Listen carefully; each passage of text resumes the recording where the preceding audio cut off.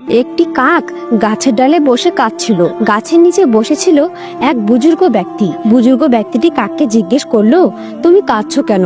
তোমার কি হয়েছে? তখন কাক বলল, আমার জীবনে আমি খুশি নই। আমার কালো রং, আমাকে দেখে কেউ পছন্দ করে না। তখন বুজুর্গ ব্যক্তি বলল, তুমি কি হতে চাও? কাক বলল, আমি হাঁস হতে চাই।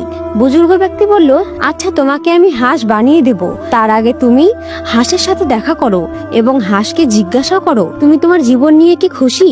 তখন কাকটি হাঁসের কাছে গেল এবং হাঁসকে প্রশংসা করতে লাগলো আর বলল, তুমি কত সুন্দর, তুমি অনেক সুন্দর দেখতে, দেখতে কত চমৎকার। তখন হাঁস বলল, এটা কোনো রং হলো? সবারই কি সুন্দর রং, আমার তো কোনো রঙই নেই। আর তোতাকে দেখো, তোতার কত সুন্দর রং। এটা শুনে কাক হয়রান হয়ে গেল এবং কাক তোতার কাছে গেল। তোতার কাছে গিয়ে বলল, তুমি কত সুন্দর। তখন তোতা বলল, এটা কি কোনো জীবন হলো?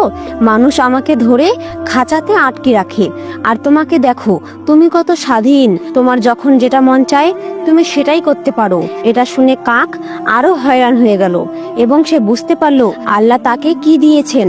তাই আমাদেরও উচিত আমরা যখন যে অবস্থায় থাকি না কেন আল্লাহর শুকরিয়া আদায় করার দরকার, এবং আল্লাহ আমাদের যতটুকু দিয়েছে এবং যা দিয়েছে তাই নিয়েই আল্লাহর শুকরিয়া আদায় করি।